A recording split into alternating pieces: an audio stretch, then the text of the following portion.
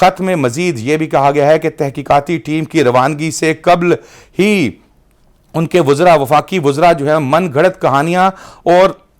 بنا کر میڈیا پر چلاتے رہے۔ اس حوالے سے خط لکھا گیا ہے جس میں وزیر اعظم یہ بھی کہا گیا ہے کہ وزیر اعظم جو کہ موجودہ وزیر اعظم شہباز شریف کے حوالے سے کہا گیا ہے کہ وہ پہلے ہی اس حوالے سے جوڈیشل کمیشن بنانے کا اعلان کیا تھا، لیکن اب تک اس کے اوپر کوئی کارروائی نہیں ہوئی۔ وفاقی وزراء نے من گھڑت کہانیاں بنائی۔ اظہر صدیق ایڈوکیٹ ہمارے ساتھ موجود ہیں۔ جی اظہر صاحب السلام علیکم۔ اظہر صاحب، بہت اہم ڈیولپمنٹ ہے، شہید کی والدہ کو خود سامنے آنا پڑا، خود خط لکھنا پڑا، کیا کہیں گے؟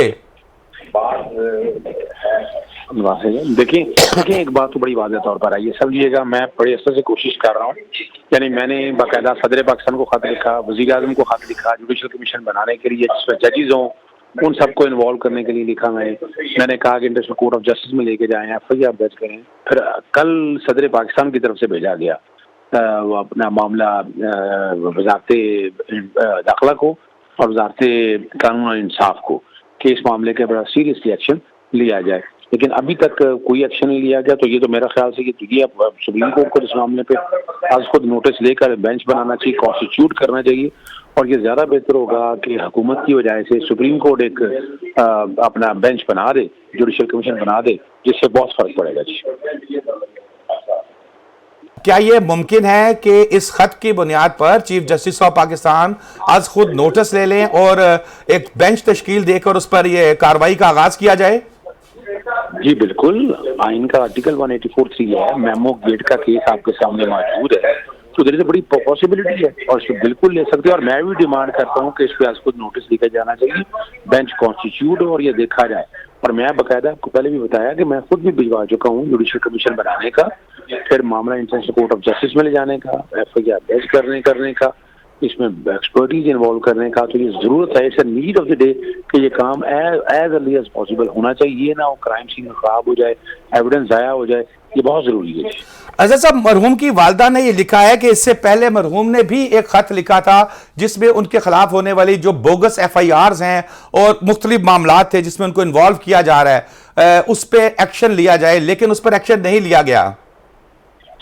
دیکھیں بات تو صحیح لکھی ہے نا، یہ تو ریکارڈ کے اوپر اویلیبل ہے نا، اگر ان پہ ایکشن لے لیا جاتا تو ایسا معاملات نہ بنتے ہیں۔ یہ تو حالات اور واقعہ رسوت کا ثبوت ہے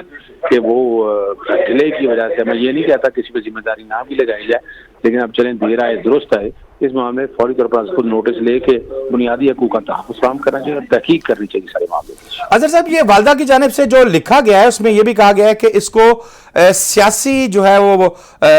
نشانہ بنایا جا رہا ہے، سیاسی طور پر اس کو وہ کیا جا رہا ہے، منافقت کا لفظ انہوں نے استعمال کیا ہے اور انہوں نے لفظ سخت الفاظ استعمال کیے ہیں کہ سیاسی کیس بنایا جا رہا ہے، اس کو کیا کہیں گے؟ دیکھیں اصولی طور پر تو ہو یہی رہا ہے نا کہ یعنی ہر سیاسی جماعت اپنے طور پر دیکھ رہی ہے سارے معاملے کو اور کوئی نمبر گیم میں لگ گئی ہے، حالانکہ نمبر گیم کا تو ایشو نہیں ہے۔ وفاقی حکومت پوری طرح ناکام ہو چکی ہے، جو کام کرنے چاہیے تھے ذمہ داریاں پوری نہیں کی ہے۔ اب یہ عدالتوں کی طرف بھی دیکھا جا سکتا ہے اور امید بڑی ہے کہ سپریم کورٹ سارے معاملے کو سیریس ٹیک اپ کرے گی اور اس خود نوٹس لے کے اس معاملے کو منطقی انجام تک پہنچائے گی۔ تو اظہر صاحب، اگر اس میں سو ماڈل لیا جاتا ہے تو کیا اس کے اوپر بینچ تشکیل دے کے کوئی انکوائری کمیشن تشکیل دیا جائے گا یا بینچ خود ہی کارروائی کا آغاز کر دے گا؟ دیکھیں جو کہ ٹیکنیکل ایشوز ہیں اس میں بینچ تو اس بات کو نہیں دے سکتا، اس کے لیے کمیشن تشکیل دیا جائے گا، جیسے میمو گیٹ کا اسکینڈل کا کمیشن دیا گیا تھا،